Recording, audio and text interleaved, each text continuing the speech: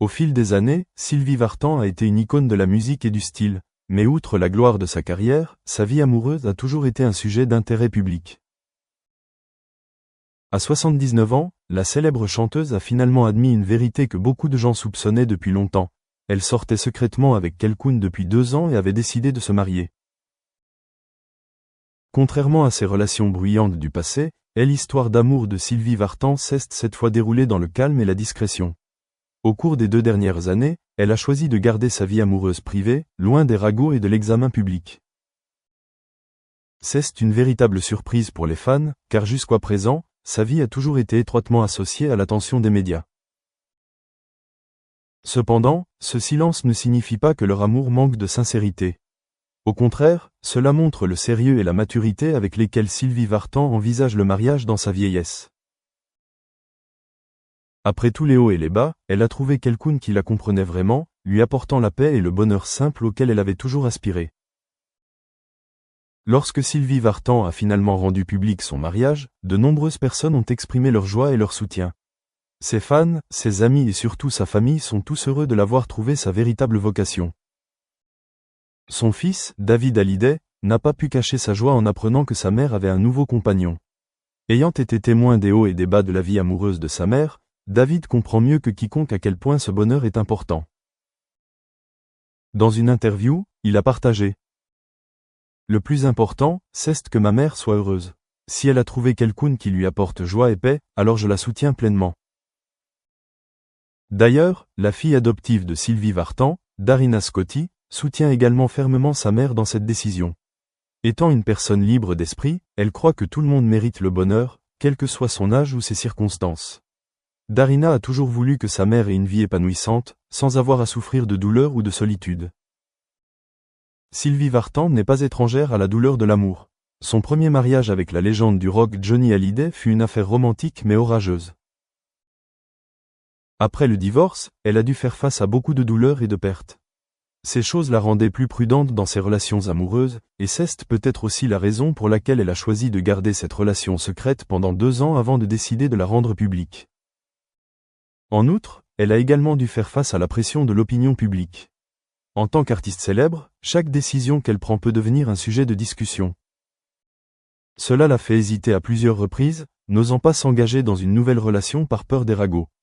Mais finalement, Sylvie Vartan a compris que son bonheur ne pouvait pas dépendre du regard des autres. Beaucoup de gens peuvent penser qu'à cet âge, le mariage n'est plus si important, mais pour Sylvie Vartan, elle croit toujours que l'amour n'a pas de limite. Elle ne s'est jamais sentie trop vieille pour aimer ou pour profiter des belles choses de la vie. Elle et son partenaire ont construit une relation basée sur le respect, la compréhension et le partage. N'ayant plus de conflits comme dans leur jeunesse, ils se rassemblent avec paix et sincérité. Pas besoin de promesses fantaisistes, pas besoin de luxe, ils restent simplement ensemble et se sentent heureux. Dans une interview à la presse, Sylvie Vartan a déclaré: « Je pensais consacrer le reste de ma vie à ma famille et à ma carrière. Mais j'ai réalisé que mon cœur battait encore et que je méritais un compagnon. Cela fait 2 ans que nous sommes ensemble, et maintenant, je sens qu'il est temps d'admettre que j'ai trouvé le véritable amour. » En entrant dans ce mariage, Sylvie Vartan n'attendait plus de grandes choses, mais souhaitait simplement que quelqu'un soit à ses côtés, pour partager ses joies comme ses peines. Elle n'attend rien de spécial, juste une main pour la tenir quand elle est fatiguée, un regard compréhensif quand elle a besoin d'encouragement. Cet amour n'est pas l'engouement passionné de la jeunesse, mais un lien profond entre 2 âmes qui ont connu tous les hauts et les bas de la vie. Ils s'aiment non pas pour des choses tapent à l'œil extérieur, mais à cause de la compréhension et de l'harmonie du cœur. Après que Sylvie Vartan ait annoncé son mariage, une série de bénédictions lui ont été envoyées. De nombreuses personnes ont exprimé leur admiration pour la façon dont elle a courageusement affronté l'amour, même si elle avait presque 80 ans. Ils l'aimaient non seulement pour son talent mais aussi pour son esprit optimiste, vivant toujours pleinement sa vie et recherchant constamment le bonheur. Un fan a écrit: « Sylvie Vartan est la preuve que l'amour n'a pas de limite. Je suis vraiment heureuse de savoir qu'elle a trouvé quelqu'un qui mérite d'être à ses côtés. » Une autre personne a partagé: « Elle a déjà subi suffisamment de pertes. Maintenant, elle mérite une vie heureuse et paisible. » Enfin, Sylvie Vartan a trouvé l'amour qu'elle méritait. Ce mariage n'est pas seulement une étape importante dans sa vie, mais aussi la preuve que, quel que soit l'âge, les gens ont toujours droit à l'amour et au bonheur. Elle avait connu la douleur et vécu dans la solitude, mais finalement, elle a trouvé un endroit paisible. Et c'est la chose la plus importante.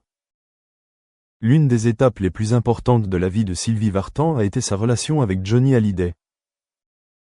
Ils formaient le couple d'or de la musique française et leur mariage en 1965 devint l'un des événements les plus célébrés de l'époque. Les années passées à vivre avec Johnny n'ont pas seulement été pleines de passion, mais ont également été marquées par de nombreuses sort of embarking on it now, either in the first or latter years of their degree. I guess we will see what sticks. Will the government really let London empty of people because it's cheaper to live outside? No, I think there'll be incentives so that obviously employers stay and carry on paying rent in the city. So I don't know. I mean, I'm a few steps removed, so I'll let others comment. That's fine, no problem. As someone who lives in London, I've certainly noticed a significant drop in living costs here in the past 18 months. So we shall see how it goes. Sarah, you're joining us from the Open University, where you're Deputy Director of Careers and Employability Services. I saw you nodding in agreement with a couple of Alice's points. How are we seeing how the shift's affecting the Open University? Because obviously you have a diverse cohort. There's it's always championed things like a flexible curricula and online learning. With the increased scrutiny that employability is under now, is it like Alice says, is it too early to spot any real shifts, or are you seeing some changes in attitudes from students already? I suppose what we've been advised by our students, as you quite rightly described them as incredibly diverse, is that it's leveled the playing field for quite a lot of them, because recruitment has moved online, and many opportunities, including insight days, work experience opportunities, virtual internships, are much more accessible for those with a disability, or some mental health challenges, etc. So many of our students have fed back to us that they do feel that they're more of an equal partner now, where they may not have been able,